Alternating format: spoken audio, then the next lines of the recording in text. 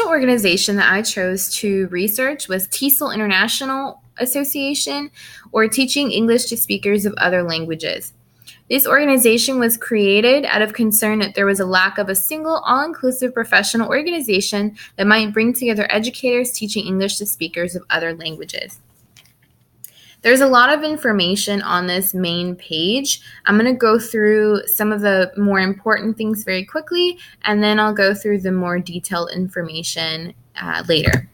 So first, becoming a TESOL member. If you wanted to do that, you can click this information right here.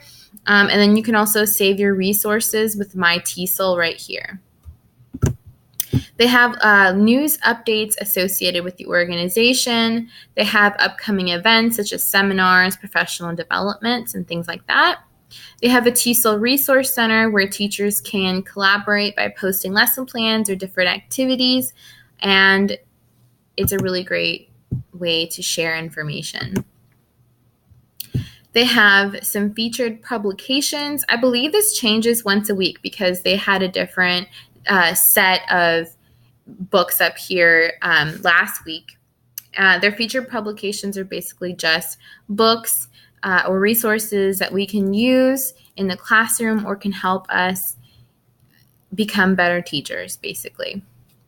They have an English language bulletin here, and then they have the TESOL blog, and they have a Twitter page, which gives really interesting information.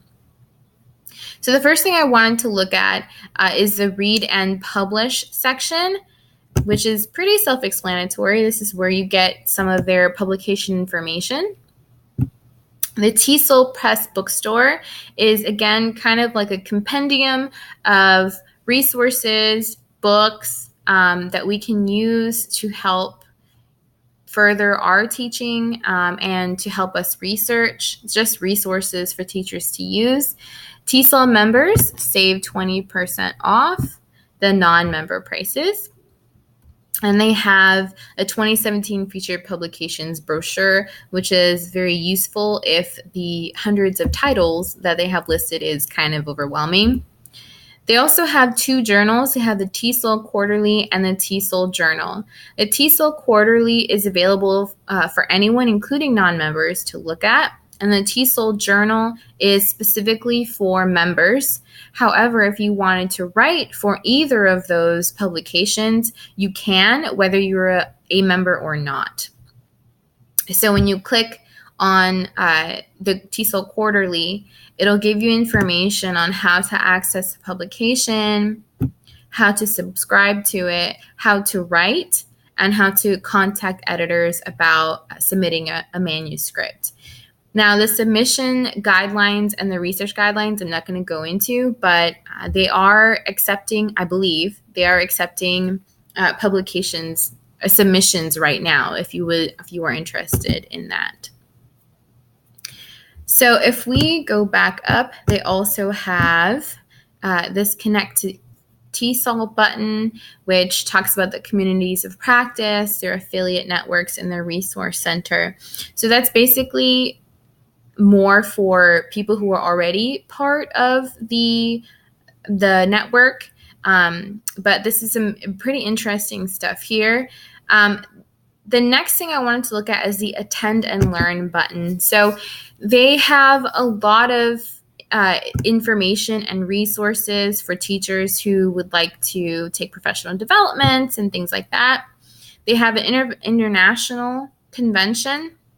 The International Convention is actually in 2009, and interestingly enough, if this would open, they are actually calling right now for proposals. So the deadline for proposals is July 2nd at 5 p.m. Eastern Time, and they are looking for not just, professionals, professors, doctorates, and things like that. They're also looking for graduate students to submit some research and to present. It's pretty interesting. Now, I don't remember, I believe it's in Atlanta. There you go. It's in Atlanta, Georgia. And if you didn't want to travel that far, there is one in 2021 in Houston, Texas. So if you're looking forward to that, they'll be in our hometown in a couple of years. They also have, if we would go back, they have virtual and online courses. They have seminars. Unfortunately, most, if not all, of their professional developments do cost some money. Now, it is cheaper for people who are members. I think that most of the ones I saw were anywhere from $50 to $300, so it is a lot of money. However, they have conferences and symposiums and things like that that are cheaper, roughly around $50. And again, they are sometimes free for members, which I think is a pretty great price, right? Free. They have TESOL professional learning, professional development information. If you wanted them to come to your school, if you wanted, teachers in your school to go visit them, that's who you would contact, TESOL professional learning. They also have upcoming TESOL academies. They have regional conferences and symposiums. So there's a lot of resources that you can use. The next thing we're going to look at is advocacy. So advocacy resources, I really love how much information they have here and how much they do to support our students. They have a TESOL Advocacy and Policy Summit, which is very interesting to me when I saw it. So the TESOL Advocacy and Policy Summit is basically kind of like a training where teachers are given the opportunity to learn about the U.S. federal education issues and how to advocate for policies that support English learners. It's a very interesting summit. Now, as you can see, it is pretty pricey. It's also in Virginia, but I think that this is a very interesting and useful thing if you are interested in attending. They also have different resources for parents. So they have community and family resources for English language professionals. They have resources on immigration and refugee concerns.